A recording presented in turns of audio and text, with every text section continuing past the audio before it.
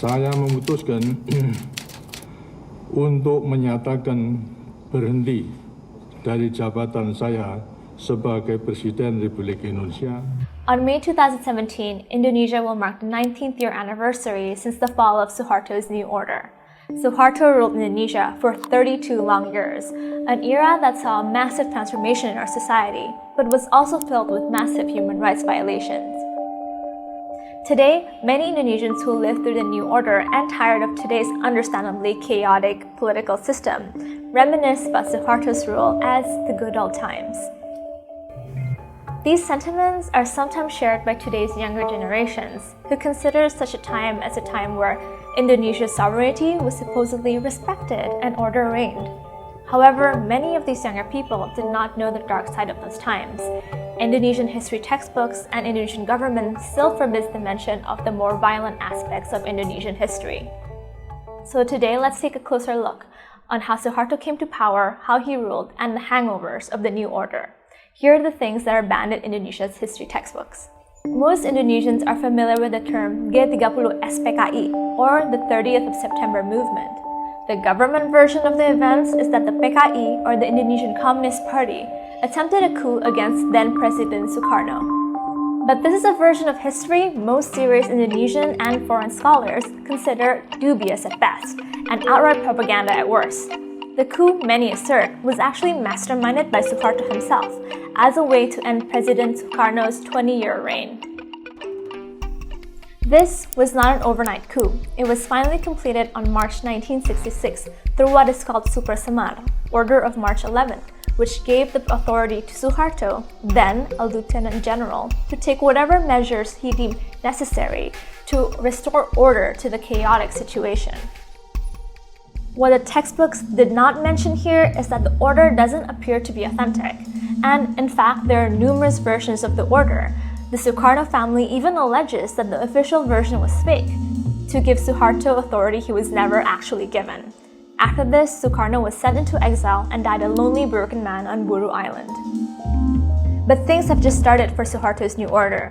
He began hunting down the Indonesian Communist Party, killing the party chairman Aidit, and enlarged the scope of his hunt, targeting any leftist individual or even anyone against his takeover, branding them all as communists and enemies of the state. The intensity of the government's approval of this plan led to a massive bloodbath across the archipelago. Murder was so rampant that eyewitness reports said the rivers often ran red with blood, and one of the key executors of this plan, Saru Edi Wibowo, estimated that this resulted in around 3 million deaths.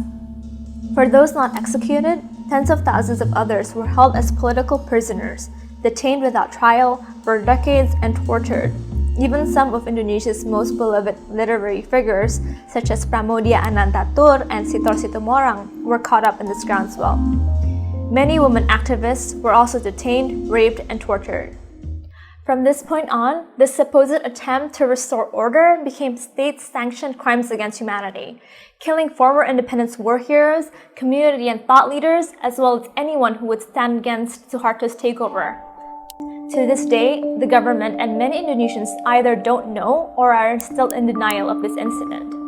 So much so that the closest attempt to bring this event to justice was at the International People's Tribunal in Den Haag, where many Indonesians in exile, victims, and family members of victims all came together with the help of the international community to hold a trial of sorts to ultimately judge Indonesia guilty of crimes against humanity.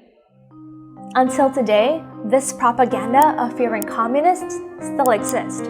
There is still a black mark on people whose families was a part of the Communist Party, and some have even attempted to discredit President Jokowi, the current president, by saying he has family members affiliated with the Communist Party.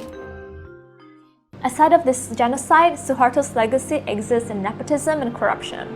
As Suharto became the president, he solidified his grip on power by filling his cabinet and central government positions with those loyal to him, and Indonesia became a highly centralized state, such that even mayors and governors were dependent on Suharto's favor. Thus, for those who think Suharto's time was a bastion of peace and prosperity, it's hard to find evidence of that, even in terms of economic growth. Here is the gross domestic product, or GDP, of Indonesia when Suharto took office, and this is where it was when he was forced to step down. Here's Indonesia's economic growth after this downfall. Yeah, there's a stark difference there. Besides his violent takeover, let's not forget the other parts of Suharto's legacy. He led a continuous, brutal military campaign rife with human rights violations against Indonesians in Papua and Aceh, and formerly East Timor. Yet, none of this were taught in our history textbooks. I certainly didn't learn them in my classroom. So next time when someone says things were better under Suharto, ask them for who and in what way. I personally think it's time that all Indonesians know what really happened in our past, the good and the bad. The government thinks our nation cannot handle the truth yet. What do you think? Give us your opinion.